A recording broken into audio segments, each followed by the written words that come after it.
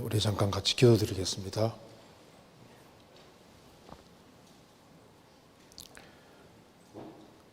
저희를 사랑하시는 하나님 아버지 감사합니다. 마땅히 형벌 받을 수밖에 없는 저희들을 불쌍히 여기시고 주 예수 그리스도를 보내주시고 예수 그리스도의 보배로운 피로 우리 죄값을 영원히 지불해 주신 이 크신 은혜와 사랑을 인하여 감사를 드립니다. 변함없는 은혜와 사랑으로 항상 저희를 지켜주시고 인도해 주시는 것도 감사드립니다. 머지않아 주님 앞에서는 그날 칭찬과 영광과 존귀를 얻을 수 있도록 우리의 삶을 다스려 주옵소서. 오늘 이 시간 주 성령께서 함께해 주시고 우리의 마음을 열어주시고 이 말씀이 우리 심령 깊이 새겨지도록 역사해 주시고 도와주옵소서. 이 말씀이 우리 신앙생활에 크게 도움이 될 수 있도록 역사해 주시고 도와주옵소서. 전국적으로 신실한 일꾼들을 더 많이 일으켜 세워주시고 국내와 해외 주의 복음을 더 활발하게 증거할 수 있도록 역사해 주시고 우리 모두를 귀하게 사용해 주옵소서. 또 이곳에 참석하지 못한 형제자매들 어디든지 주님께서 지켜주시고 도와주옵소서. 또 병중에 있는 분들을 일일이 함께해 주시고 하루속히 질병에서 회복될 수 있도록 주님께서 도와주옵소서. 오늘 모든 시종 함께해 주시고 도와주시기를 간절히 의지하오며 우리 구주 예수 그리스도 이름으로 기도하옵나이다. 아멘. 성경 욥기 24장 찾겠습니다. 욥기 24장입니다.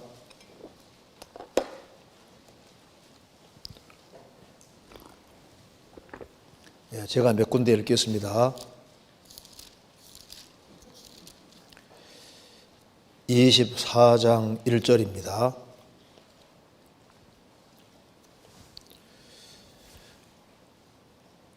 어찌하여 전능자가 시기를 정하지 아니하셨는고 어찌하여 그를 아는 자들이 그의 날을 보지 못하는고. 넘어가서 13절입니다. 또 광명을 배반하는 사람들은 이러하니 그들은 광명의 길을 알지 못하며 그 첩경에 머물지 아니하는 자라. 사람을 죽이는 자는 새벽에 일어나서 가난한 자나 빈궁한 자를 죽이고 밤에는 도적같이 되며 간음하는 자의 눈은 저물기를 바라며 아무도 나를 보지 못하리라 하고 얼굴을 변장하며 밤에 집을 뚫는 자는 낮에는 문을 닫고 있은즉 광명을 알지 못하나니 그들은 다 아침을 흑암같이 여기니 흑암의 두려움을 알미니라. 그들은 물 위에 빨리 흘러가고 그 산업은 세상에서 저주를 받나니 그들이 다시는 포도원 길로 행치 못할 것이라. 24절 그들은 높아져도 잠시간에 없어지나니 낮아져서 범인처럼 제함을 당하고 곡식 이삭같이 배임을 입느니라. 거기까지입니다. 우리가 계속적으로 욥기를 배우고 있습니다. 욥기 23장, 24장 이렇게 욥이 연결해서 말씀을 하고 있습니다. 그래서 욥기 24장을 우리가 배우면은 우리 신앙에 아주 근본적으로 중요한 것을 좀 알 수 있으리라고 생각을 합니다. 여기에 욥기 24장 1절에 어찌하여 전능자가 시기를 정하지 아니하셨는고 어찌하여 그를 아는 자들이 그의 날을 보지 못하는고. 여기서 그를 아는 자들이란 말이 나와 있습니다. 그러니까 성도라는 사람이 누구냐 하면은 성도는 그를 하나님을 아는 자들입니다. 욥기 24장에 하나님을 참으로 아는 사람들이 있는가 하면은 죄 가운데 살아가는 건 말할 것도 없고 아예 광명을 배반하는 사람도 있는 겁니다. 그 뒤에 24절에 또 광명을 배반한 사람들은 이러하니, 그러니까 광명을 배반하는 것은 어둠의 자식들을 가르치는 거예요. 아예 빛을 거부하고 어둠에 속해서 주로 밤에 활동하는 사람들을 가리키는 겁니다. 밤에. 그래서 13절에 또 광명을 배반하는 사람들은 이러하니, 주로 밤에 활동하는 사람, 어둠의 자식을 말하고 있습니다. 그들은 광명의 길을 알지 못하며 그 첩경에 머물지 아니하며 그 빛의 길로 걸어가지 않는다는 겁니다. 사람을 죽이는 자는 새벽에 일어나서 가난한 자나 빈궁한 자를 죽이고 밤에는 도적같이 되며, 간음하는 자의 눈은, 옛날에도 간음하는 사람은 저물기를 바라고 밤에 아무도 안 볼 때입니다. 아무 눈도 나를 보지 못하리라 하고 얼굴을 변장하며, 밤에 집을 뚫는 자는, 도둑놈들, 밤에 집을 뚫는 자는 낮에는 문을 닫고 있은즉 광명을 알지 못하나니 그들은 다 아침을 흑암같이 여기니 흑암의 두려움을 알미니라. 낮에는 활동하지 않고 있다가 밤에 활동하는 사람들, 대체로 살인자들, 그리고 간음하는 사람들, 도둑놈들, 이런 사람들은 이제 주로 밤에 활동을 많이 하는 사람들입니다. 그래서 밤에 활동해서 온갖 남의 것을 뺏어가는 거예요. 그래서 18절에 그들은 물 위에 빨리 흘러가고 그 산업은 세상에서 저주를 받나니 그들이 다시는 포도원 길로 행치 못할 것이라. 그래서 많은 것을 뺏어서 자기 재산을 삼고 산업을 삼았던 사람들, 그리고 자기의 포도원을 건설하고 자기의 동산을 건설하고 자기 편한 대로 잘 살아보려고 했는데 그것이 결국은 자기 것이 안 된다, 그 말입니다. 여기 아주 대조적으로 아예 하나님을 아예 등지는 사람이 있는가 하면은 정말 하나님을 아는 자들이 있다고 했습니다. 그래서 욥기 24장 1절에 그를 아는 자들이란 말이 나와 있지 않습니까? 제가 먼저 개요를 말씀드리고 자세히 말씀드리겠습니다. 그래서 그를 아는 자들이 있고, 그런데 그 하나님을 아는 사람들이라고 해서 만사가 형통하고 잘 되면 좋은데 꼭 그건 아니라는 겁니다. 그래서 어찌하여라는 탄식이 나오잖아요. 자, 그를 하나님을 아는 사람, 그 대표적인 사람도 욥인데 어찌하여 이 탄식이 나오는 겁니다. 그리고 이 어찌하여라는 탄식이 짧은 기간에 끝나면 좋은데 이게 너무 길어지니까 어찌하여 전능자가 시기를 정하지 아니하셨는고, 왜 이렇게 이 고통이 지속이 될 수 있냐, 그 말입니다. 어찌하여 전능자가 시기를 정하지 아니하셨는고.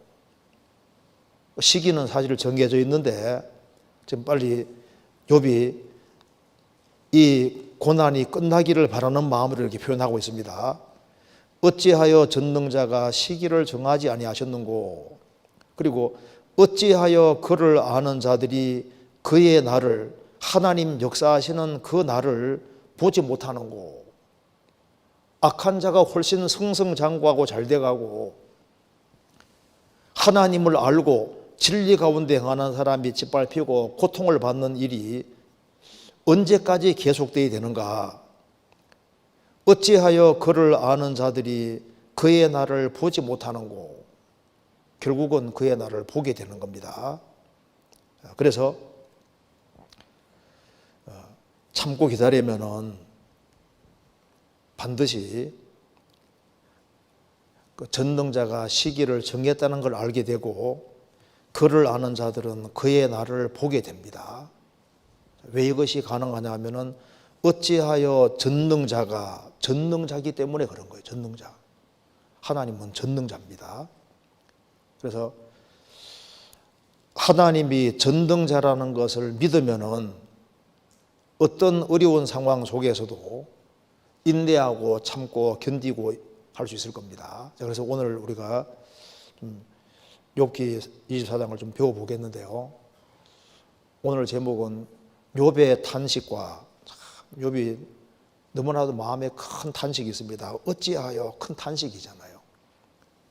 그 탄식하는 가운데 그가 고대하는 날이 있는 겁니다. 시기를 왜 정하지 않으셨는가? 그를 아는 자들이 그의 날, 하나님 역사하시는 날을 보지 못하는가? 그러니까 욥은 그 하나님이 정하신 그 시기를 보기 원하고 하나님 아는 자들에게 주실 그 축복의 날, 그 빛나는 그 날을 사모하고 있는 거예요. 그래서 욥의 고난과 욥의 탄식과 그리고 그의 고대하는 날, 이 제목으로 조금 말씀을 드려보도록 하겠습니다. 그래서 이 1절 말씀을 우리 마음속에 잘 새겨두면은 신앙생활에 크게 도움이 되리라고 생각합니다. 구체적으로 좀 생각을 해보겠습니다. 1절, 어찌하여 전능자가 시기를 정하지 아니하셨는고 어찌하여 그를 아는 자들이 그의 날을 보지 못하는고. 그를 아는 자들. 자, 참 성도는 한마디로 그를, 하나님을 아는 자들입니다. 이게 굉장히 중요한 말입니다. 하나님을 아는 자들. 그러니까 하나님이 그 사람을 알고 그 사람도 하나님을 개인적으로 아는 걸 가르치는 거예요. 시편 50편에 성도는 정의가 어떻게 된 줄 아시죠? 성도는 제사로 나와 언약한 자니라. 구약시대 때는 짐승의 피제사로 언약이 되어 있고 신약시대는 예수님 피로 언약이 되어 있는 사람, 그 사람이 성도입니다. 그래서 더 쉽게 말씀드려서 성도는 하나님을 아는 사람입니다. 욥은 자신을 가리켜서 이렇게 말하고 있는 겁니다. 그를 아는 자들, 하나님을 아는 자들 중에 하나가 바로 자신이라고 고백하고 있는 겁니다. 욥 당대에 하나님을 아는 사람들이 상당히 드물었는데 그 중에서도 욥은 정말 하나님을 잘 아는 사람입니다. 그래서 그는 죽음 앞에 있을 때도 내가 친히 그를 보리니 내 눈으로 그를 보기를 외인처럼 하지 않을 것이라. 내 마음이 초급하구나. 욥기 19장에 나와 있는 말씀대로 이제 내가 친히 직접 내가 그분을 볼 것이다. 내가 그를 볼 때 외인처럼 낯선 분처럼 보지 않을 것이다. 왜? 하나님하고 친하게 지내기 때문에 이제 하나님 만날 생각을 하니까 마음에 스릴이 넘친다 그 말입니다. 그는 하나님을 일생 속에서 정말 나중에 육체를 벗어나서 하나님 정말 배우기를 간절히 사모하고 살았던 사람입니다. 자, 욥이라는 사람이 살던 시대에도 하나님을 참으로 아는 사람이 있었습니다. 예수님 당대에도 이스라엘 백성들은 하나님의 선민이라고 하면서도 참으로 하나님을 아는 사람은 너무 적었습니다. 그래서 고린도전서 2장 8절에 말씀하기를 이 지혜는 이 세대의 관한이 하나도 알지 못하였나니 만일 알았다면 영광의 주를 십자가 못 박지 않았으리라. 하나님의 선민인 이스라엘이 매 안식일마다 성경을 읽었습니다. 그런데 그리스도께서 오셨는데 예수님 행하시는 기적과 능력을 다 보면서도 예수님 배척하잖아요. 알았다면 영광의 주를 십자가 못 박지 않았으리라. 하나님의 선민인 이스라엘이 예수님을 몰랐어요. 대다수가 몰랐지 않습니까? 우리 시대에도 교회도 많지만은 참으로 하나님을 아는 사람은 너무 적습니다. 요한복음 17장 3절에서 예수님 말씀하시기를 영생은 곧 유일하신 참 하나님과 그의 보내신 자 예수 그리스도를 아는 것이니이다. 영생 얻은 사람이 너무 적잖아요. 영생은 유일하신 참 하나님과 그의 보내신 자 예수 그리스도에 대해서가 아니라 예수 그리스도를 아는 것이니이다. 사람들이 예수님에 대해서는 압니다. 그런데 진짜 예수가 누군지를 모르는 거예요.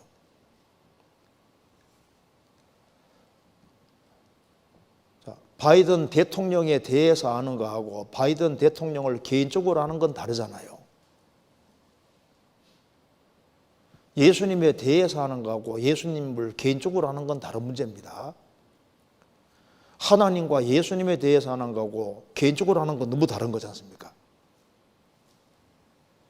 예수님이 공생의 당시에 유대의 종교가들에게 말씀했습니다. 너희가 내 양이 아님으로 믿지 않는다. 주님은 주님의 양을 알고 또 주님의 양은 또 주님을 압니다. 서로를 서로 아는 거예요. 요한복음 10장 보시겠습니다. 이건 잠깐 접어두시고요. 요한복음 10장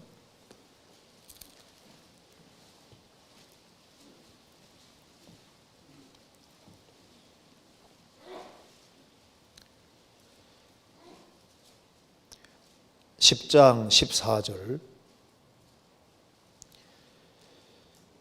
나는 선한 목자라 내가 내 양을 알고 양도 나를 아는 것이 아버지께서 나를 아시고 내가 아버지를 아는 것 같으니 나는 양을 위하여 목숨을 버리노라.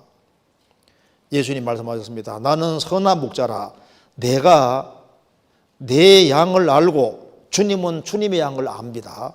그리고 양도 나를 아는 것이 양도 주님을 아는 것이 아버지께서 나를 아시고 아버지께서 내가 아버지를 아는 것 같으니 성부가 성자를 알고 성자가 성부를 아는 것 같이 주님은 주님의 양을 알고 주님의 양은 주님을 안다 그 말입니다. 나는 양을 위하여 목숨을 버리노라. 그 뒤에 26절입니다. 너희가 내 양이 아님으로 믿지 아니하는도다. 내 양은 내 음성을 들으며 나는 저희를 알며 저희는 나를 따르느니라. 너희가 내 양이 아님으로 믿지 아니하는도다. 내 양은 주님의 음성을 들으며 나는 저희를 알며 저희는 나를 따르느니라. 주님의 양은 주님을 따릅니다. 주님 음성을 분별하잖아요. 자, 많은 사람들이 심판대에 가면 이뤄지게 될 겁니다. 왜? 주님을 모르기 때문에. 그래서 마태복음 7장에 그날에 많은 사람이 나더러 이르되 주여 주여 우리가 주의 이름으로 선자 노릇하며 주의 이름으로 귀신을 쫓아내며 주의 이름으로 많은 권능을 행치 않았습니까? 하리니 그때 예수님 뭐라 하셨습니까? 내가 저에게 밝히 말하되 불법을 행하는 자들아 내게서 떠나가라. 내가 너희를 도무지 알지 못하니 불법을 행하는 자들아 내게서 떠나가라 하리라. 주의 이름으로 선자 노릇하고 주의 이름으로 귀신 내쫓고 주의 이름으로 권능을 많이 행했지만 주님 말씀 뭐라 하셨습니까? 나는 너희를 알지 못하노라. 그들은 주님을 안다고 했지만은 주님은 그를 모른다고 했습니다. 내가 너희를 도무지 알지 못하니 불법을 행하는 자들아 내게서 떠나가라 하리라. 마태복음 7장 23절에 나와 있잖아요. 그러니까 참 성도가 되는 게 참 중요한데 욥이라는 사람은 가짜 성도가 아니라 참 성도였습니다. 참으로 하나님을 아는 사람이었습니다. 그래서 잠언 3장에 보면은 아굴의 잠언에 나와 있습니다. 하늘에 올라갔다가 내려온 자가 누구인지 바람을 그 장중에 모은 자가 누구인지, 물을 옷산 자가 누구인지, 땅의 모든 것을 정한 자가 누구인지, 그 이름이 무엇인지, 그 아들의 이름이 무엇인지 너는 아느냐? 그 이름이 무엇인지, 그 아들의 이름이 무엇인지 너는 아느냐? 나는 다른 사람에게 비하면 짐승이고 배운 것도 없지만은 하나는 확실히 안다 그 말입니다. 성부와 성자는 확실히 아는데 너는 아느냐? 우리가 세상에는 몰라도 되는 지식이 너무 많잖아요. 그런데 꼭 알아야 될 것이 있는데 하나님이 누군지는 정확히 알아야 되고 예수님은 누군지를 정확히 알아야 됩니다. 왜? 산자와 죽은 자의 재판자가 예수님이기 때문에 예수님을 정확히 알아야 됩니다. 그잖아요. 자, 그를 아는 자, 하나님을 아는 사람. 그런데 우리가 구원을 받은 사람은 하나님을 아는 사람이지만 하나님을 다 한 것이 아니잖아요. 우리가 주님 앞에 갈 때까지 계속적으로 하나님을 더 알아가야 되는 겁니다. 요한복음 17장입니다.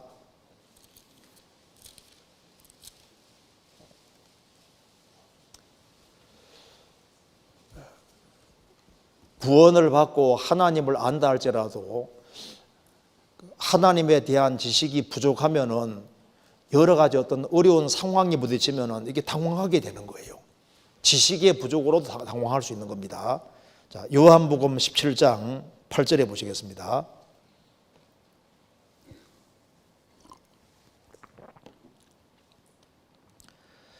나는 아버지께서 내게 주신 말씀들을 저희에게 주었사오며 저희는 이것을 받고 내가 아버지께로부터 나온 줄을 참으로 아오며 아버지께서 나를 보내신 줄도 믿어 싸움나이다.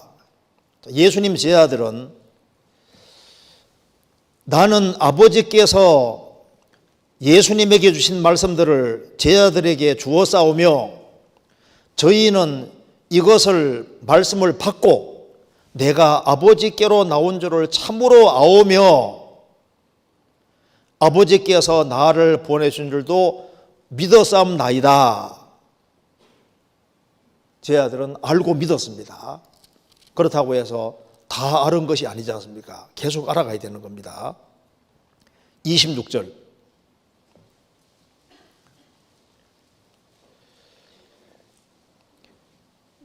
내가 아버지의 이름을 저희에게 알게 하였고 또 알게 하리니 이는 나를 사랑하신 사랑이 저희 안에 있고 나도 저희 안에 있게 하려 함이니이다. 내가 아버지 이름을 저희에게 알게 하였고 또 알게 하리니 계속적으로 알아야 되는 겁니다. 우리가 이제 구원받을 때 하나님을 알았고 구원받고 난 이후에 교회 안에서 말씀을 배우는 가운데 하나님에 대해서 점점 더 알아가야 되는 겁니다. 그리고 간절한 마음 있는 사람은 주님께서 더 많은 것을 알게 해주시는 겁니다. 세상에서 하나님을 아는 것, 이것이 아주 큰 힘입니다. 다니엘서 11장에는 하나님을 아는 백성은 용맹하여 하나님을 아는 백성은 용맹을 바란다는 말씀이 있는데 하나님을 아는 것이 이게 힘인 거예요. 하나님이 나와 함께 있다. 이게 얼마나 큰 힘입니까? 예수님이 말씀하신 대로입니다. 히브리 13장 5절에도 돈을 사랑시 말고 있는 바를 족한 줄 알라. 그가 친히 말씀하시기를 내가 과연 너희를 버리지 아니하고 과연 너희를 떠나지 아니하리라 하셨느니라. 누가 내 옆에 있으면 제일 힘이 되겠습니까? 천지를 창조한 창조주가 내 아버지고 하나님이 나를 돕는 분으로 계시다는 이거보다 더 큰 것이 어디 있겠습니까? 그러므로 우리가 담대히 가로되 주는 나를 돕는 자신이 내가 무서워하니 하겠노라. 사람이 내게 어찌하리요 하노라. 그러니까 하나님을 아는 것이 그게 자기에게 큰 힘이 되는 거예요. 하나님을 아는 사람은 담대할 수 있습니다. 방백들을 의지하지 말며 도울 힘이 없는 인생도 의지하지 말지니 그 호흡이 끊어지면 당일에 그 도모가 소멸하리로다. 인생 의지하지 마라 그랬습니다. 그의 호흡은 코에 있나니 수에 칠 가치가 어디 있느냐. 인간은 연약합니다. 우리는 어디 기대야 되냐 하면은 여호와는 하늘을 창조하시고 땅을 창조하시고 바다와 이 모든 것을 창조하시고 영원히 진실함을 지키시는 분, 바로 그분에게 기대야 되는 거예요. 그래서 하나님을 알면 알수록, 그분의 능력을 알면 알수록 어떤 상황 속에서도 우리가 하나님을 의지할 수 있고, 그리고 감사할 수 있고, 그리고 심차게 살 수가 있는 겁니다. 하나님을 참으로 믿는 사람은 내게 주어진 모든 상황이 합력해서 선 이룬다는 것도 믿을 수 있습니다. 하나님을 사랑하는 자, 곧 그 뜻대로 부르심을 입은 자들에게는 모든 것이 합력하여 선을 이루느니라. 하나님을 사랑하는 자, 곧 그 뜻대로 부르심을 입은 사람들에게는 모든 상황이 함께 어우러져서 보이지 않는 선을 이룬다 그 말입니다. 그리고 하나님은 하나님을 참으로 아는 사람을 하나님이 높여주시는 거예요. 시편 91편입니다.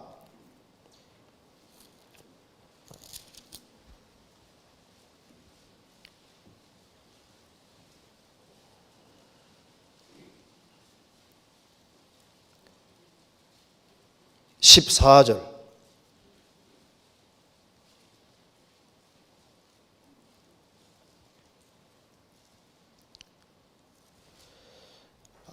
하나님이 가라사대 저가 나를 사랑한즉 내가 저를 건지리라. 저가 내 이름을 안즉 내가 저를 높이리라. 저가 내게 간구하리니 내가 응답하리라. 저희 환난 때에 내가 저와 함께하여 저를 건지고 영화롭게 하리라. 내가 장수함으로 저를 만족해 하며 나의 구원으로 보이리라 하시도다. 하나님 말씀하시기를 저가 나를 사랑한즉 내가 저를 건지리라. 하나님 사랑하는 사람을 하나님 건져주시고 저가 내 이름을 안즉 내가 저를 높이리라. 하나님을 참으로 아는 사람을 하나님이 높여주십니다. 우리가 하나님을 참으로 알았을 때 우리가 하나님 아들이 됐잖아요. 그리스도의 신부가 됐고 무명한 자 같으나 가장 유명한 자가 된 겁니다.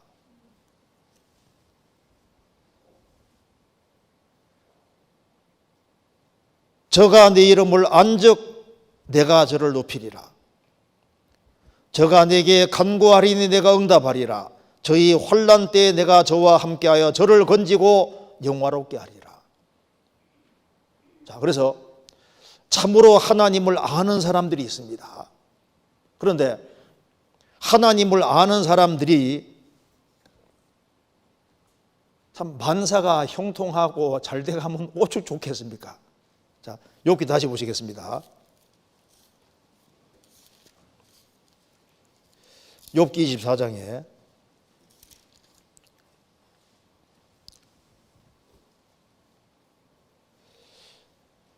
1절 어찌하여, 여기 욥이 하나님을 참으로 아는 대표적인 사람이 욥인데 어찌하여라는 탄식이 나옵니다. 그는 당대 가장 큰 재산가였지 않습니까? 10명의 자녀가 있었습니다. 그런데 재산이 한꺼번에 다 날아가고 10명의 자녀가 죽고 몸 전체가 병들고 가장 비참한 상황 속에 떨어졌는데 이것이 짧게 끝나는 게 아니라 이게 지속이 되니까 속에서 탄식이 올라오니까 어찌하여 이런 탄식이 올라오게 된 겁니다. 자, 욥이라는 사람이 있을 때는 성경이 기록 안 됐을 때잖아요.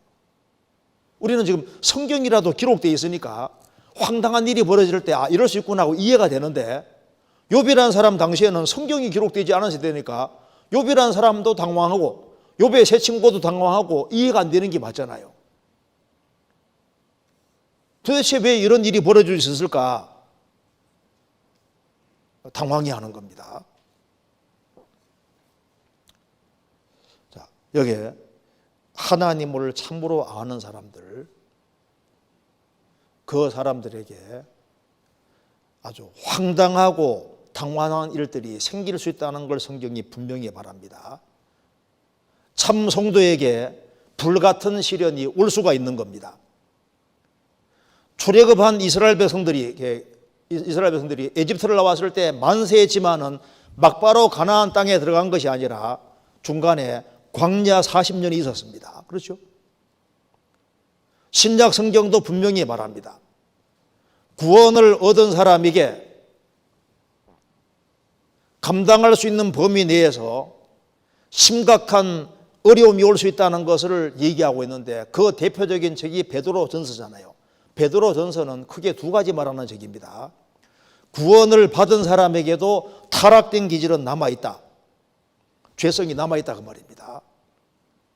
또 한 가지는 구원을 받은 사람도 틀림없이 고난이 올 수 있다는 걸 말하고 있는 거예요. 그래서 고난이 올 때 원래 올 것이 온다는 것을 알고 오히려 크게 기뻐하라고 성경에 말하고 있는 겁니다. 한번 찾아보시겠습니다. 베드로 전서 1장입니다.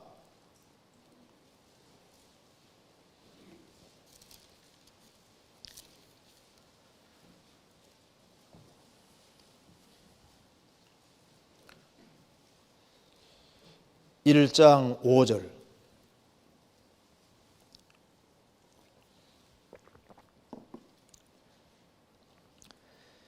너희가 말세에 나타내기로 예비하신 구원을 얻기 위하여 믿음으로 말미암아 하나님의 능력으로 보호하심을 입었나니. 주님 재림하시면은 우리 몸까지 구원이 됩니다. 그래서 믿음으로 구원을 받은 사람은 하나님의 능력으로 보호하심은 입고 있지만은 보호는 하시되 시련은 통과시키는 겁니다. 6절에 그러므로 너희가 이제 여러 가지 시험을 인하여 잠깐 근심하게 되지 않을 수 없었으나 오히려 크게 기뻐하도다. 그래서 보호는 하시되 잠깐 고난은 허락하시는 겁니다. 잠깐 여러 가지 시험을 인하여 잠깐 근심하게 되지 않을 수 없었으나 오히려 크게 기뻐하도다. 왜 기뻐하냐 하면은 7절 너희 믿음의 시련이 불로 연단하여도 없어질 금보다 더 귀하여 예수 그리스도에 나타나실 때 칭찬과 영광과 존귀를 얻게 하려 하심이니라. 믿음의 시련은 불로 연단하여도 없어질 금보다 더 귀하다. 금이 불 속에 한 번씩 들어가서 나올 때마다 점점 순금이 되어 갑니다. 그런데 아무리 순금이 돼도 이 순금은 결국은 없어질 금이잖아요. 그런데 믿음은 금보다 훨씬 더 귀한 것이기 때문에 믿음이 시련을 잘 통과하면은 믿음이 점점 더 순수한 믿음이 되고, 그리고 불로 연단받는 그런 믿음이 되기 때문에 주님 오실 때 믿음이 큰 사람일수록 주님 앞에 더 귀하게 쓰임받을 수 있고, 그래서 주님 앞에 더 크게 칭찬과 영광과 존귀를 얻을 수 있는 겁니다. 그래서 주님 오시는 그날 칭찬과 영광과 존귀를 얻게 하기 위해서 주님께서 그리스도인들에게 여러 가지 시련을 주시는 것을 말씀하고 있습니다. 그래서 왜 이런 일이 벌어질까? 이런 일들이 생길 수 있다는 걸 분명히 말하고 있습니다. 베드로전서 4장입니다. 4장 12절.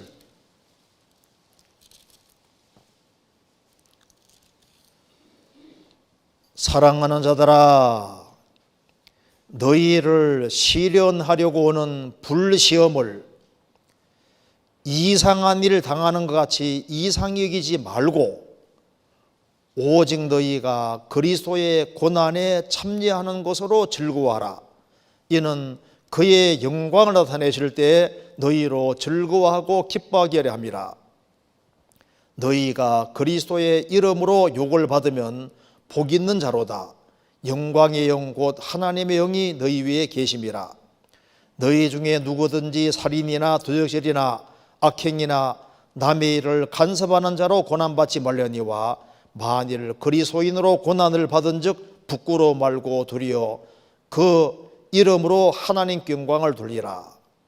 자, 너희에게 불같은 시련이 올 때 이상하다 이렇게 생각하지 말고 오히려 그리스도의 고난에 참여하는 것으로 즐거워하라. 이는 그의 영광 나타내실 때 너희로 즐거워하고 기뻐하게 하리라. 너희가 그리스도의 이름으로 예수님을 믿는 이유 때문에 욕을 받으면 복 있는 자로다. 영광의 영이 하나님의 영이 너희 위에 계심이라. 그래서 우리가 잘못을 범해서 고난받는 것은 그거는 가치가 없지만은 진리 가운데 행하는 속에서 고난받는 것은 그건 아주 기꺼이 받을 수 있는 것이라고 했습니다. 자, 이 그리스도인으로 살아가는 가운데 여러 가지 어려움을 당할 수 있습니다. 자, 그래서 여기에 어찌하여 이런 탄식이 올라올 수 있는데 이걸 좀 몇 가지 생각해 봅시다. 야, 욥이 어찌하여 이런 탄식이 올라왔잖아요. 우리에게도 이런 탄식이 올라올 수 있는 겁니다. 욥기 3장 먼저 찾아봅시다.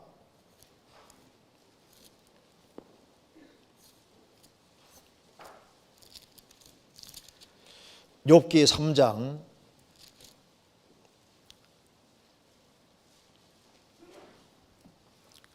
23절.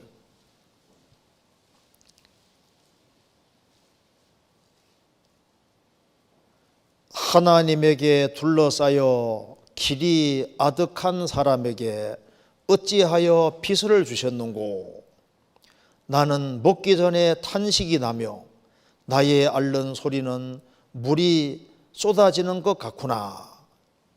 나의 두려워하는 그것이 내게 임하고 나의 무서워하는 그것이 내 몸에 미쳤구나. 평강도 없고 안온도 없고 안식도 없고 고난만 임하였구나. 욥은 하나님에게 둘러싸여 있고 하나님이 나를 지켜보고 있다는 걸 느끼고 있습니다.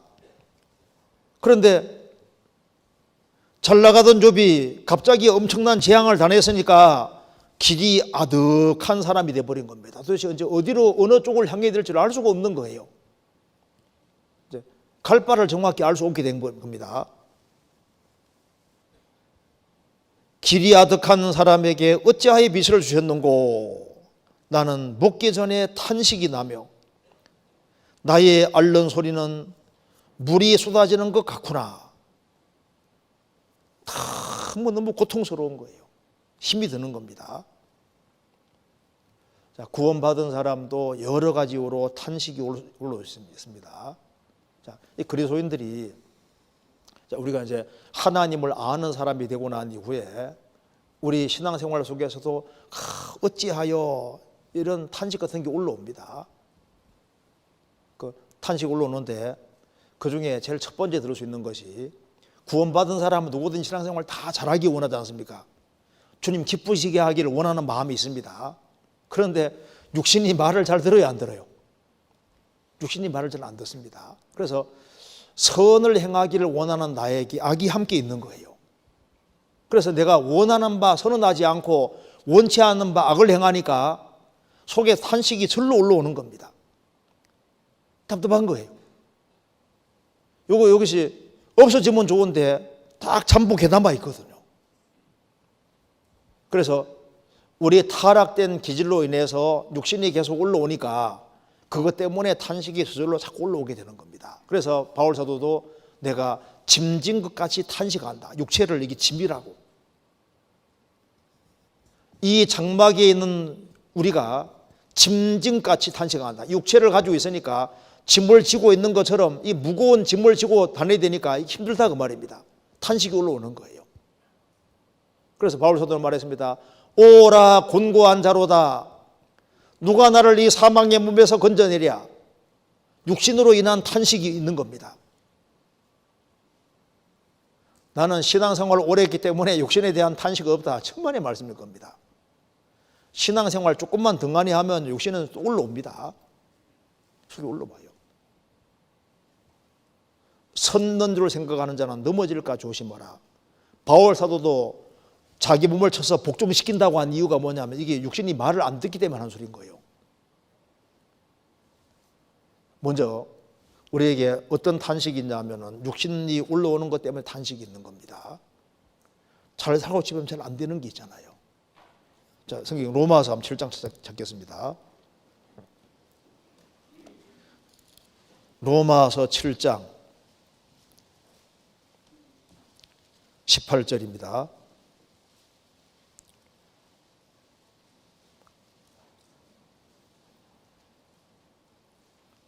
(7장 18절) 내 속 곧 내 육신에 선한 것이 거하지 아니하는 줄을 아노니 원함은 내게 있으나 선을 행하는 것은 없노라. 내가 원하는 바 선은 하지 아니하고 도리어 원치 아니하는 바 악은 행하나도다. 만일 내가 원치 아니하는 바 그것을 하면 이를 행하는 자가 내가 아니요 내 속에 거하는 죄니라. 그러므로 내가 한 법을 깨달았노니 곧 선을 행하기를 원하는 나에게 악이 함께 있는 것이로다.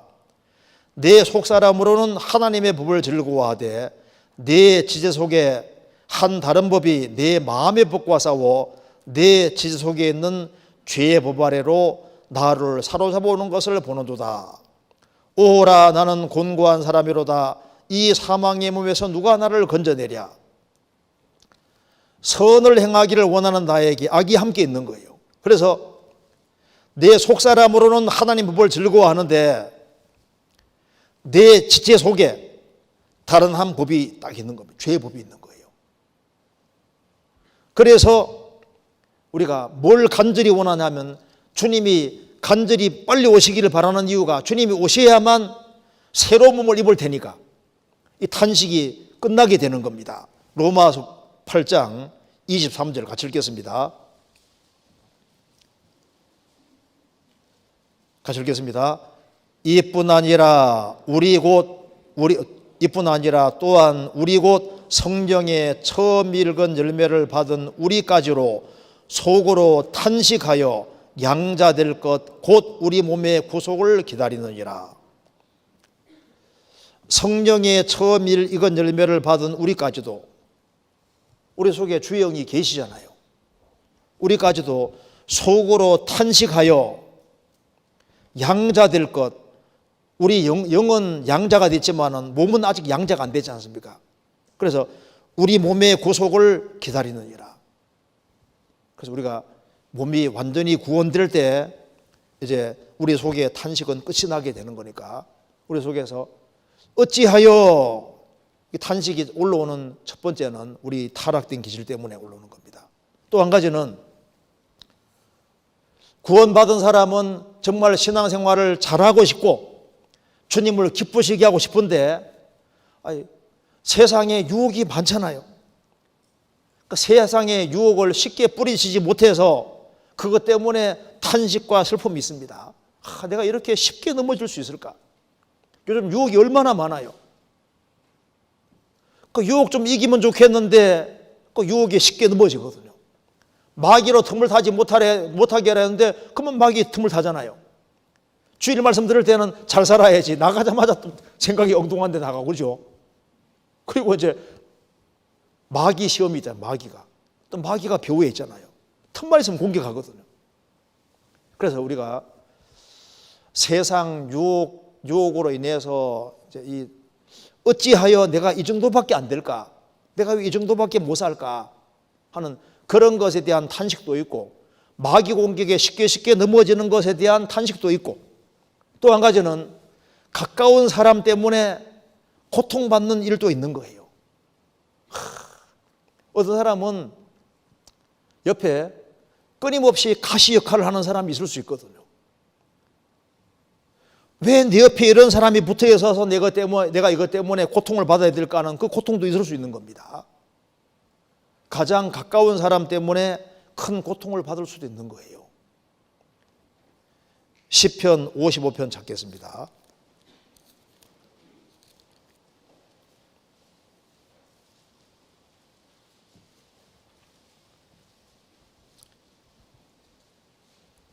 (12절)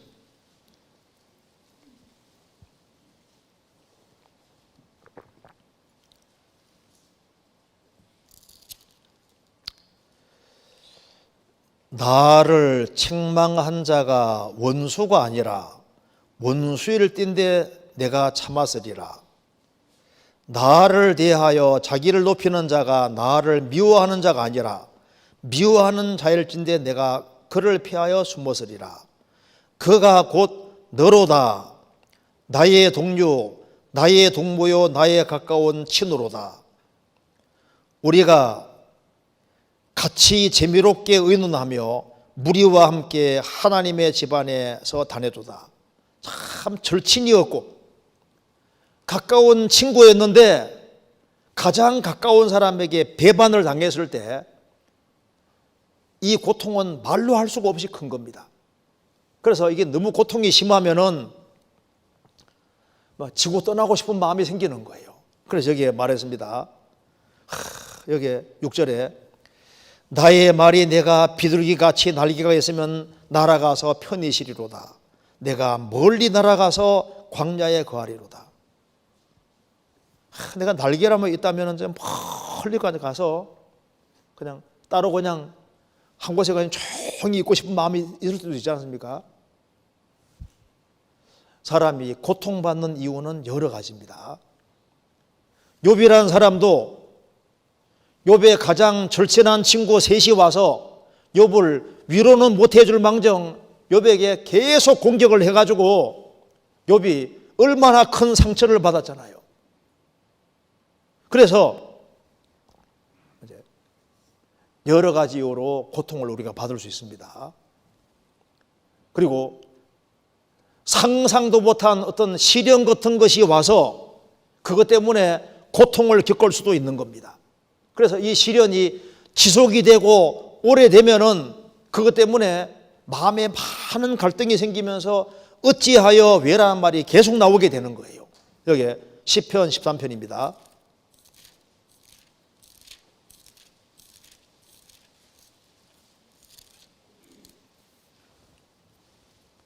1절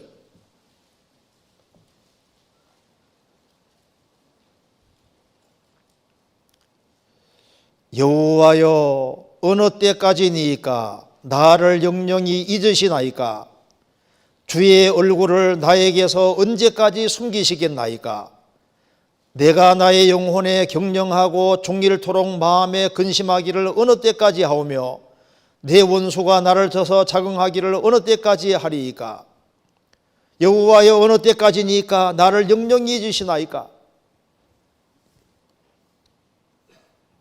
다윗이라는 사람도 자기 아기가 어릴 때 죽은 적도 있잖아요. 다윗은 압살롬이 죽었을 때 얼마나 그 고통했습니까? 내 아들 압살롬아, 내 아들 압살롬아, 차라리 내가 죽었으면 좋았을 것을. 비록 반역을 한 아들이지만 얼마나 슬퍼했습니까? 사람이 고통이 심해지면은 이게 어찌하여 어느 때까지니까 그리고 왜 이런 말이 계속 나오게 되는데 자, 욥은 어찌하여란 말이 나올 때 이 말이 참 당연한 얘기라고도 할 수 있습니다. 욥기 한번 7장 보시겠습니다.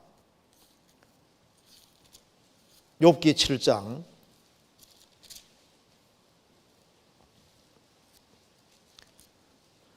3절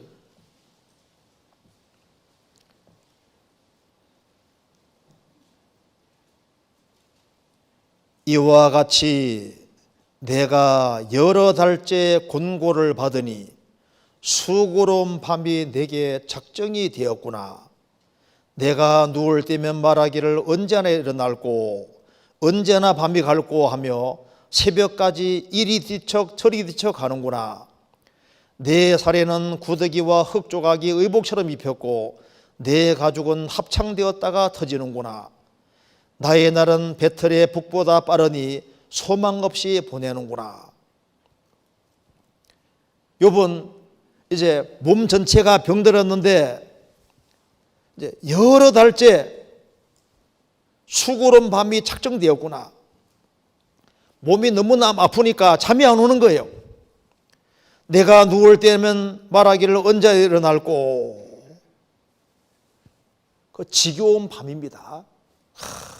언제나 밤이 갈고 하며 새벽까지 이리 뒤척 가는구나.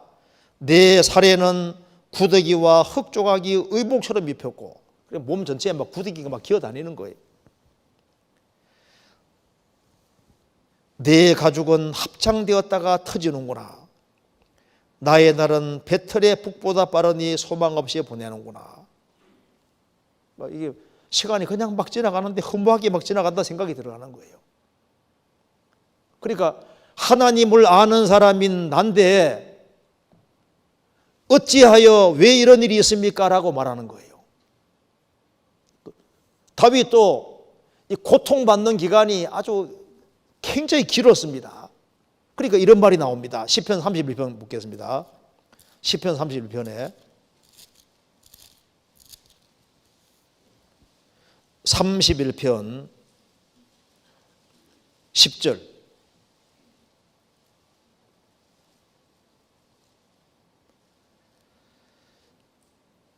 내 생명은 슬픔으로 보내며 나의 해는 복수로 되어 있습니다. 원문에도 복수입니다. 나의 해들은 그 말입니다. 몇 년 동안 그 말이에요.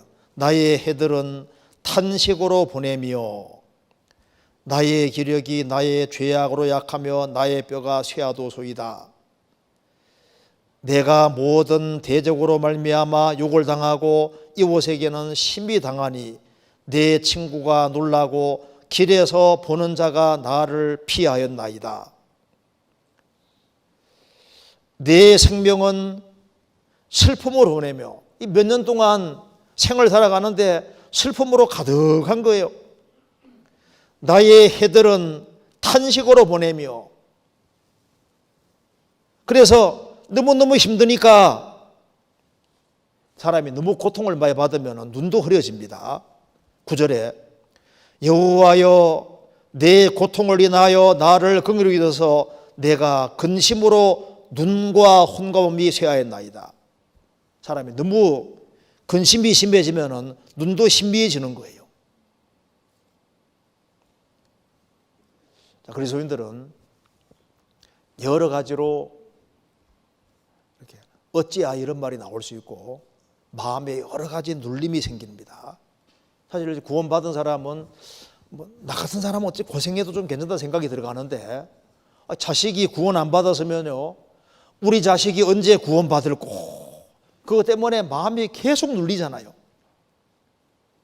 고린도서 11장에서 바울 사도가 말하기를 날마다 내 속에 눌리는 일이 있으니 곧 모든 교회를 위협하는 것이라. 바울 사도는 교회 개척을 많이 한 사람이기 때문에 교회를 위해 항상 마음에 눌림이 있는 거예요. 부모라면은 자식이 구원 안 받은 자식이 있으면요 그것 때문에 계속 눌립니다. 부모 중에 구원 안 받은 부모가 있으면요 항상 마음에 눌림이잖아요. 우리 부모 어떻게 할꼬 항상 마음에 눌립니다. 언제나 구원받을꼬 이런 눌림이잖아요. 바울 사도는 이방인에게 전도하고 이방인들의 전도 잘 되는데 유대인들은 구원을 잘 안 받습니다. 그러니까 바울 사도는 마음속에 그치지 않는 고통이 계속 있다고 얘기를 했습니다. 왜? 자기 동족이 구원받지 않으니까 갈등이라는 게 있었던 겁니다. 자, 욥기 다시 보시겠습니다. 24장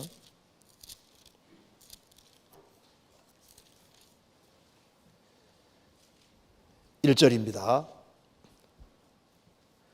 어찌하여 전능자가 시기를 정하지 아니하셨는고? 자, 시기를 정하지 아니하셨을까요? 시기를 정하셨을까요? 정해져 있습니다.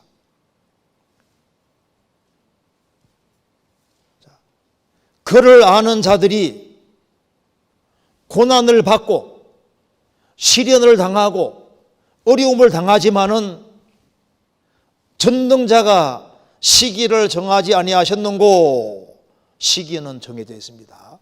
날 때가 있고 죽을 때가 있는 것처럼 고난을 당할 때가 있고 고난이 끝날 때가 있어요. 욥이라는 사람, 여기 봅시다. 여기 모세, 하나님이 모세를 사용하실 때 40년 동안은 궁중에서 파라오 공주의 아들로서 40년 동안 있게 했잖아요. 그 다음에 미디안 광야에서 주님이 양치는 생활하며 40년 훈련시켰습니다. 그 다음에 40년 들어 사용했잖아요. 그렇죠? 훈련시키는 것도 40년 딱 정해져 있는 거라고. 하나님께서 요셉이라는 사람도 하나님께서 부르셨을 때 그가 17살까지는 아버지와 같이 있고 그 다음에 에집트에 팔려가서 13년 동안 하나님이 얼마나 훈련을 많이 시키고 고통을 많이 받게 했습니까? 13년 훈련시키고 난 이후에 30살이 딱 됐을 때 주님이 어떻게 했습니까? 딱 건져내셔서 총리 삼잖아요. 요셉은 에집트에 팔려가서 종으로 시작해서 가정 일부터 하고 나중에 감옥까지 내려갔다가 참 고통을 많이 받았는데 전능자가 어찌하여 시기를 정하지 아니하셨는고, 시기 정했습니다. 너는 13년 동안만 훈련 받아라. 13년 지나니까 주님이 딱 건져내지 않습니까? 다윗은 기름 부음 받고 난 다음에 사울에게 도망 다니면서 10몇 년 동안 얼마나 고생했습니까? 훈련 딱 끝나니까 주님이 딱 건져내시잖아요. 어찌하여 전능자가 시기를 정하지 아니하셨는고, 시기를 정했습니다. 야곱은 얍사바다, 교활하다, 간사하다는 뜻이죠. 하나님께서 보시니까 야곱 꾀돌입니다. 꾀가 너무너무 많아요. 육신 껍질이 너무 강해요. 하나님께서 야곱을 훈련시켜야 되는데 어느 집에 너무 좋을까 딱 보니까 이 라반은 고단수입니다. 라반 집에 딱 집어넣어서 20년 동안 처가살이하게 했지 않습니까? 거기서 10번이나 막 된통 당했습니다. 장인에 그렇게 당했잖아요. 주님 딱 훈련 딱 끝나니까 또 끄집어내시잖아요. 시기는 정해져 있습니다. 어찌하여 전능자가 시기를 정하지 아니하셨는고, 왜 시기를 안 정했다고 생각이 드냐 하면은 하나님의 시간대와 인간의 시간대가 달라서 그런 겁니다. 자, 한번 찾아보시겠습니다. 시편 111편입니다.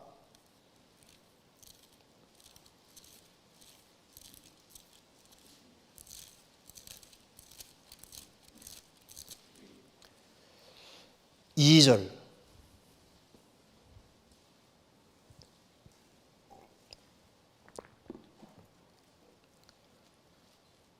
같이 읽어보겠습니다. 여호와의 행사가 크시니 이를 즐거워하는 자가 다 연구하는도다. 하나님의 행하신 일은 스케일이 커요. 여호와의 행사가 크시니, 하나님은 스케일이 큽니다. 교회를 시작하시고 완성하는데도 2000년이라는 세월이 걸리는 거 봐요. 하나님이 한 인생을 만들어 가는데도 스케일이 굉장히 큽니다. 우리 시대의 사람들이 저거 빨리 좋아하는데 하나님은 하나님의 시간대 속에 움직이기 때문에 스케일이 크기 때문에요. 너무 서두를 필요가 없는 거예요. 왜? 하나님의 행사는 크시다는 걸 항상 기억해야 됩니다. 그래서 성경 74편 16절에 낮도 주의 것이요 밤도 주의 것이라. 낮만 주의 것이 아니라 밤도 주의 것입니다. 인생에 밤도 주시고 밤이 주어지면 낮이 반드시 있는 거예요. 겨울이 있으면 하나님께서 여름을 딱 준비해 놓으셨습니다.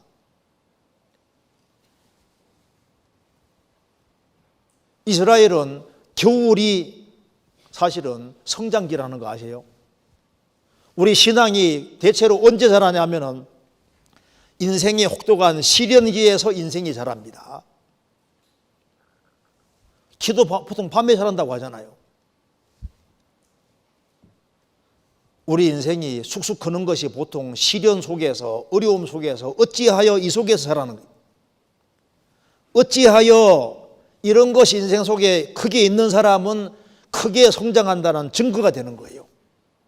그래서 어찌하여 전능자가 시기를 정하지 아니하셨는고, 시기를 정해놨습니다. 정해놨기 때문에, 이건 틀림없기 때문에 우리는 어떻게 하면 됩니까? 그날까지 기다리면 돼요. 그래서 하나님의 스케일은 크기 때문에 하나님 역사를 경험하려면 간단합니다. 기다릴 줄 아는 사람은 틀림없이 하나님께서 그 날을 정해놨다는 것을 인생 속에서 경험하게 되는 겁니다. 이사야 30장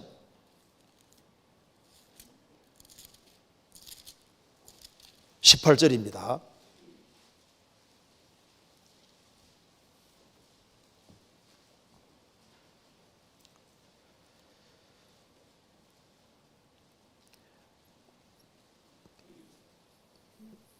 그러나 여호와께서 기다리시나니 이는 너희에게 은혜를 베풀려 하시며 일어나시리니 이는 너희를 긍휼히 여기려 하심이라. 대저 여호와는 공의의 하나님이심이라. 무릇 그를 기다리는 자는 복이도다. 여호와께서는 은혜를 주시려고 기다리시고 인생은 은혜를 받으려고 기다리는 겁니다.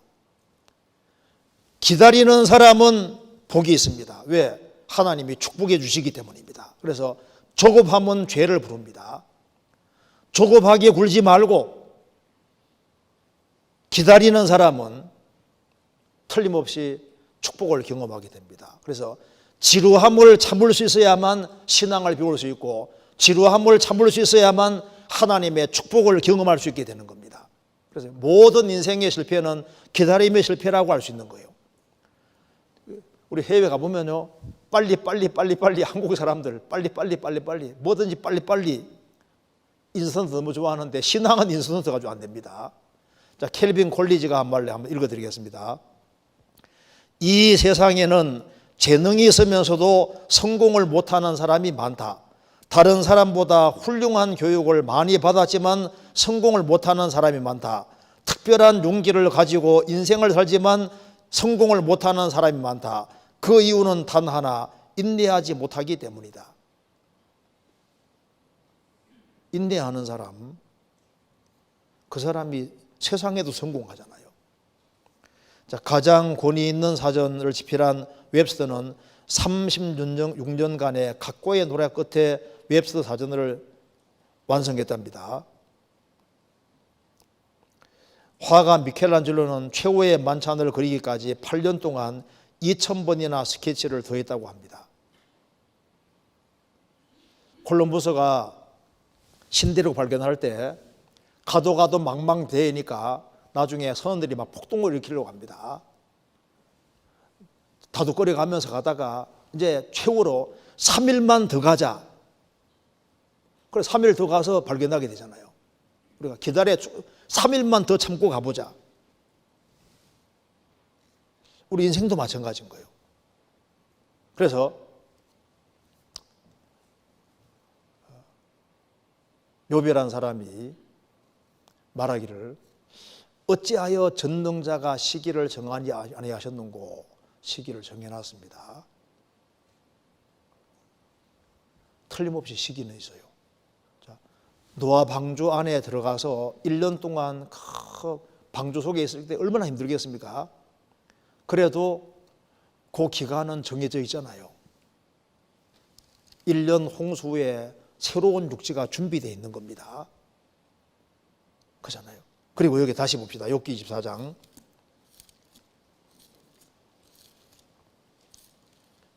여기에 놀라운 말이 있습니다. 24장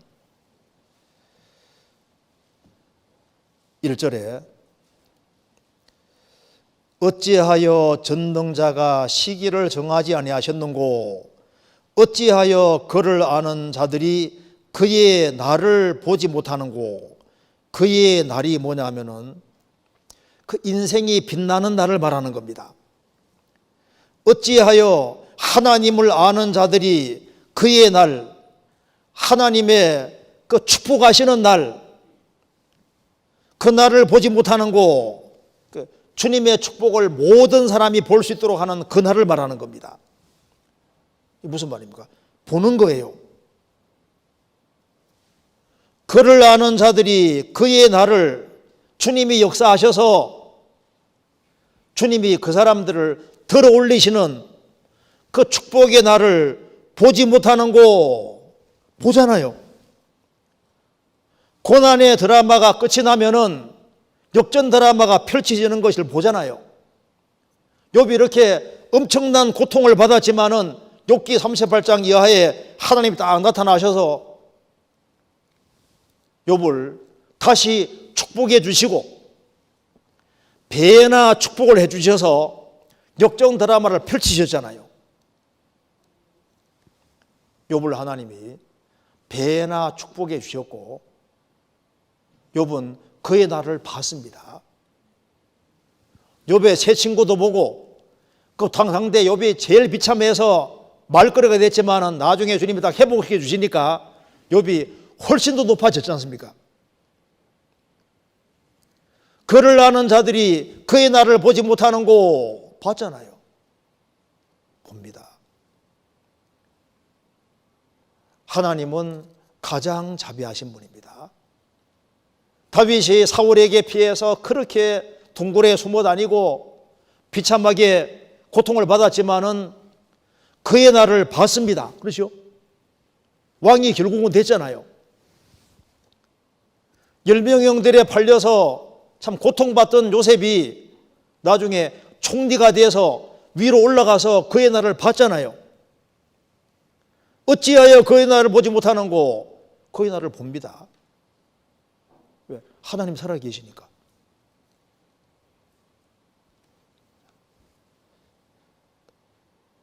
어찌하여 그를 아는 자들이 그의 날을 보지 못하는고 봅니다. 하나님은 동일하신 분입니다. 예수께서는 어제나 오늘이나 영원토록 동일하시니라. 영원토록 동일하신 분인 거예요. 그래서 잠잠히 참아 기다리는 사람은 하나님께서 때가 되면은 역전 드라마를 실제로 펼쳐주는 거예요. 시편 37편입니다.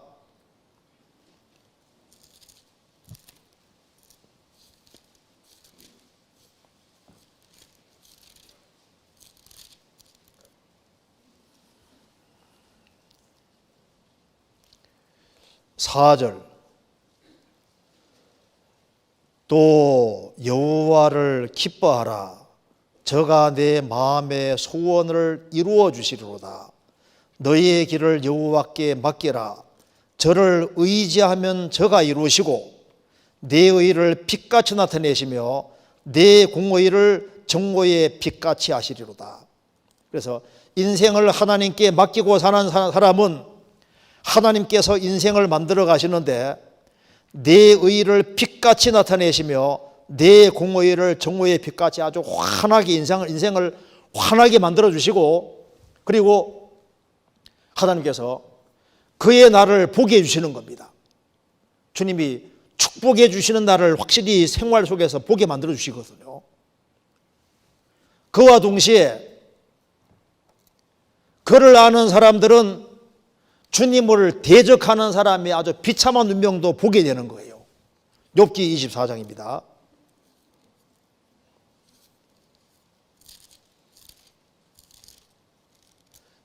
(24장) 13절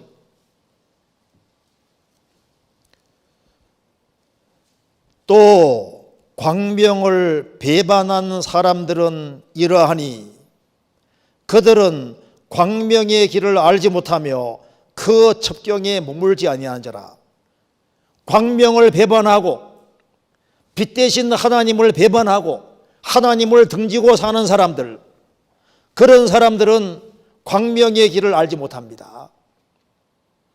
빛의 길을 알지 못하고 어둠의 길을 걷고 어둠의 길을 따라 살아가는 사람들, 그래서 가난한 사람 것을 뺏어서 자기 것으로 취하고 그렇게 하는 것처럼 보여도 그들이 아무리 많은 것을 쌓았다 할지라도 그들은 잠깐 형통하는 것처럼 보여도 그들은 제함을 당하게 되는 겁니다. 24절에 그들은 높아져도 잠시간에 없어지나니 낮아져서 범인처럼 제함을 당하고 곡식이사같이 배임을 입는지라. 그래서 이 광명을 배반한 사람들은 높아져도 그게 잠시뿐이고 그들은 결국은 잠시간에 없어지고 낮아져서 범인처럼 제함을 당하고 곡식이사같이 배임을 입는지라. 그들이 아무리 많은 걸 쌓아뒀다 할지라도 18절에 말한 대로 그들은 물 위에 빨리 흘러가고 그 산업은 세상에서 저주를 받나니 그들의 다시는 포도원의 길로 행치 못할 것이다.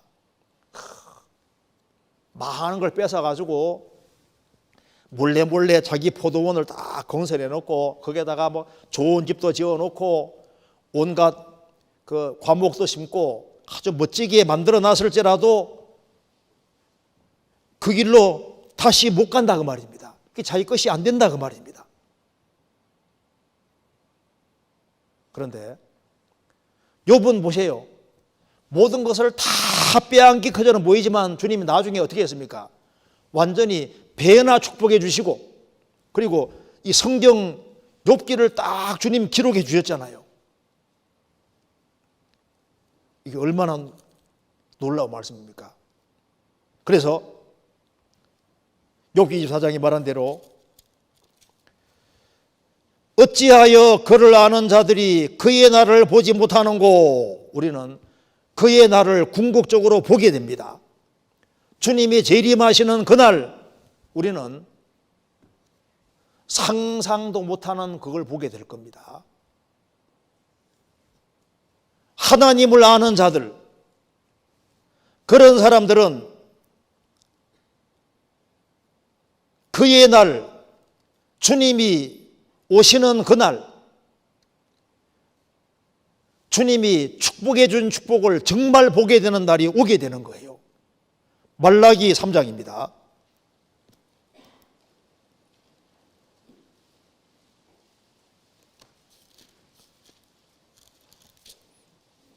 말라기 3장 16절.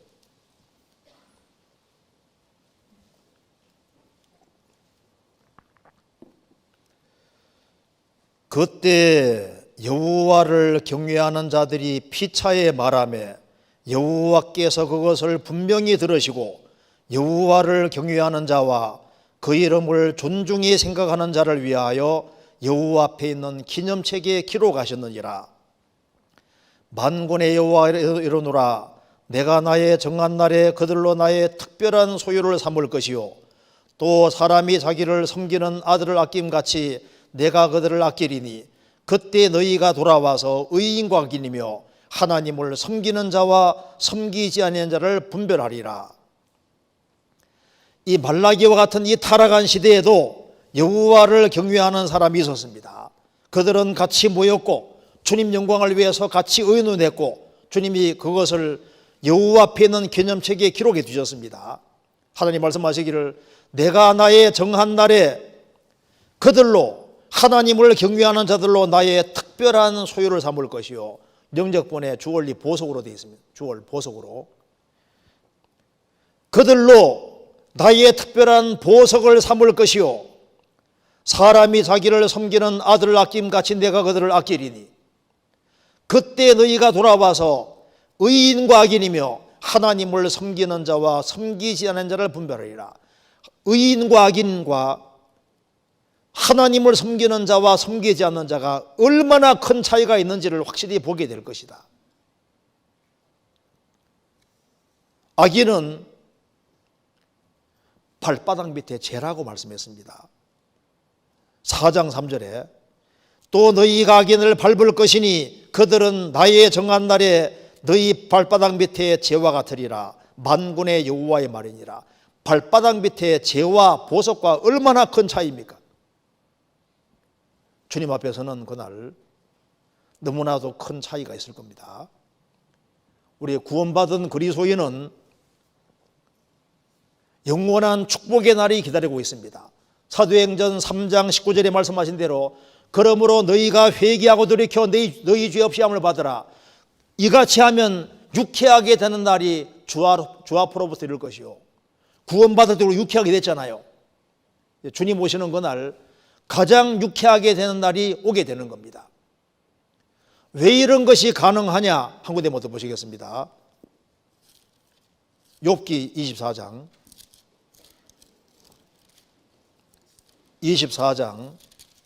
1절. 왜 이런 것이 가능하냐 하면은 1절에 어찌하여 전능자라는 말이 뭡니까? 하나님은 무의 소유를 창조하신 분이에요. 우리가 믿는 하나님은 없는 것을 있는 것 같이 부르시는 입니다. 로마 4장에 믿음 조상 아브라함은 뭘 믿었습니까? 그의 믿음 바 하나님은 죽은 자를 살리시며 없는 것을 있는 것 같이 부르시는 이시니라. 전능자는 뭐든지 할 수 있는 분인 겁니다. 왜 인생 역전이라는 게 가능하냐? 전능자니까 그분은 주시기도 하고 취해가기도 하는 거예요. 그분은 능력이 있는 겁니다. 그래서 어찌하여 전능자가, 그분은 전능자이기 때문에 그분은 시련도 주시지만은 시기도 정하셨고, 인생에 어둠을 주시면은 뒤에 빛도 주시고, 인생에 밤을 주시면 낮도 주시고, 겨울 주시면은 여름도 주시는 거예요. 그리고 어찌하여 그를 아는 자들이 그의 날을 보지 못하는고, 하나님은 의로운 편에 계시기 때문에 그를 아는 자들은 그의 날을 반드시 보게 되는 겁니다. 그렇기 때문에 어떤 경우에도 하나님을 아는 사람들은 어려운 환경과 상황이 있다 할지라도 하나님이 전능하신 분이라는 걸 알고 기다릴 줄 알고, 그렇게 하면 틀림없이 하나님이 적당한 때가 되면은 거기에서 건져주시고, 그리고 하나님께서 인생을 빛나게 하신다는 사실을 깨닫게 될 겁니다. 같이 기도드리겠습니다. 자비로우신 우리 아버지 하나님, 저희들을 주의 보배로운 피로 구원해 주신 것을 감사합니다. 코로나19로 인해서 여러 가지 어려운 환경 속에 있습니다. 주님께서 구원받은 식구들을 가정가정마다 지켜주시고, 또 병중에 있는 분들을 위로해 주시고 용기를 주시고 담대한 마음을 주셔서 이 어려운 시기를 잘 극복할 수 있도록 도와주옵소서. 우리의 사랑하는 가족들, 친척들, 이웃들에게도 이 귀한 복음을 더욱 담대히 증거할 수 있도록 도와주시옵소서. 머지않아 주님 앞에서는 그날 칭찬과 영광과 존귀를 얻을 수 있도록 우리의 삶을 더욱 다스려 주옵소서. 우리 구주 예수 그리스도 이름으로 기도하옵나이다. 아멘. 찬송가 506장 같이 부르시겠습니다.